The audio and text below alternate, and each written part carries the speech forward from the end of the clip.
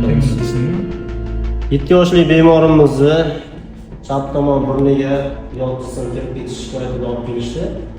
Hozir biz bu yod jismni olib tashlaymiz. Mana bo'ldi. Mana hozir bolamiz bundan oldik. Bu yod jismimiz shurup uchi bo'lib chiqdi. Qanaqadir singan shurup uchi. Nima qilding buni? Endi tiqmagin, ha? Xo'pmi? Burunga tiqilmadi buni.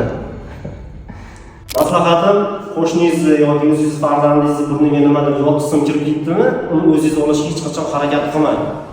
Ehtiyotsizligi oqibatida orqa tomondan yutilib ketishiga sababchi bo'lishingiz mumkin yod jismni.